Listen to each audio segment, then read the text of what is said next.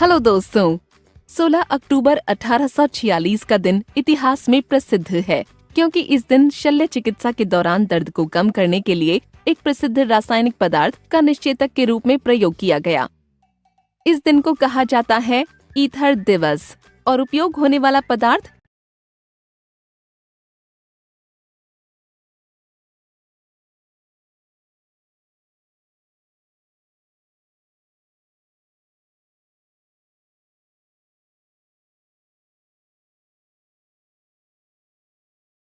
Ether था। आइए देखें इसे अल्कोहल से कैसे बनाया गया। ईथर कार्बनिक यौगिकों का एक वर्ग है जिसमें ऑक्सीजन परमाणु R और R- से जुड़ा होता है।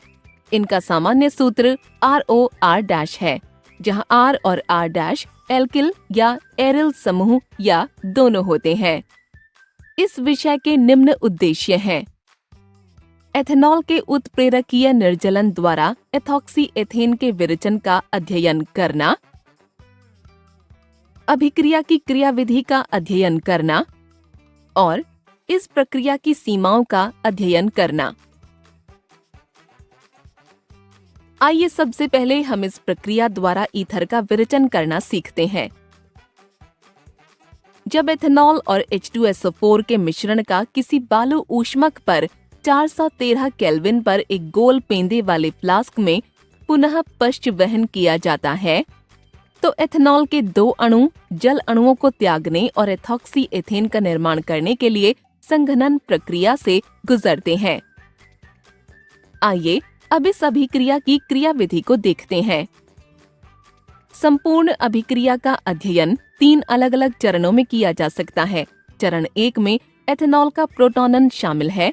चरण 2 में प्रोटॉनन अल्कोहल पर एथेनॉल का SN2 आक्रमण और तत्पश्चात इसका निर्जलन शामिल होता है। चरण 3 में ऑक्सोनियम आयन का V प्रोटॉनन शामिल है। पहले चरण में हाइड्रोनियम आयन के रूप में मौजूद H+ आयन अल्कोहलिक समूह के ऑक्सीजन परमाणु पर आक्रमण करके प्रोटॉनन अल्कोहल बनाता है। इस प्रकार जल अणु आसानी से अच्छा निष्कासन समूह बनता है। चरण 2 में द्वितीय अल्कोहल अणु का ऑक्सीजन परमाणु नाभिक रागी के रूप में कार्य करता है और ऑक्सीजन के माध्यम से प्रोटॉनन अल्कोहल पर आक्रमण करता है। फिर मध्यवर्ती के रूप में एक ऑक्सोनियम आयन का निर्माण करने वाले एक उदासीन जल अणु को मुक्त करने के लिए CO आबंध टूट जाता है। चरण 3 में ऑक्सोनियम आयन जल की उपस्थिति में ईथर के निर्माण और हाइड्रोनियम आयन के पुनः निर्माण के लिए H+ आयन को त्यागता है। आइए अब हम इस प्रक्रिया की सीमाओं को जानते हैं। यदि अभिक्रिया उच्च तापमान माना कि 413 केल्विन की बजाय 443 केल्विन पर होती है तो एथेनॉल निर्जलित होकर एथीन का निर्माण करता है। इस प्रक्रिया का उपयोग केवल तभी हो सकता है जब अभिकारक प्राथमिक अल्कोहल हो। द्वितीयक और तृतीयक अल्कोहल की स्थिति में निर्जलन एक संगत एल्कीन देता है। सारांश: जब एथेनॉल और H2SO4 के मिश्रण का किसी बालू ऊष्मक पर 413 केल्विन पर एक गोल पेंदे वाले फ्लास्क में पुनः पश्च वहन किया जाता है तो एथॉक्सी एथेन बनता है। अभिक्रिया क्रियाविधि: संपूर्ण अभिक्रिया का अध्ययन 3 अलग अलग चरणों में होता है। चरण 1 में एथेनॉल का प्रोटॉनन शामिल है। चरण 2 में प्रोटॉनन अल्कोहल पर एथेनॉल का SN2 आक्रमण और तत्पश्चात इसके निर्जलन से ऑक्सोनियम आयन का निर्माण शामिल है। चरण 3 में ऑक्सोनियम आयन का V प्रोटॉनन शामिल है।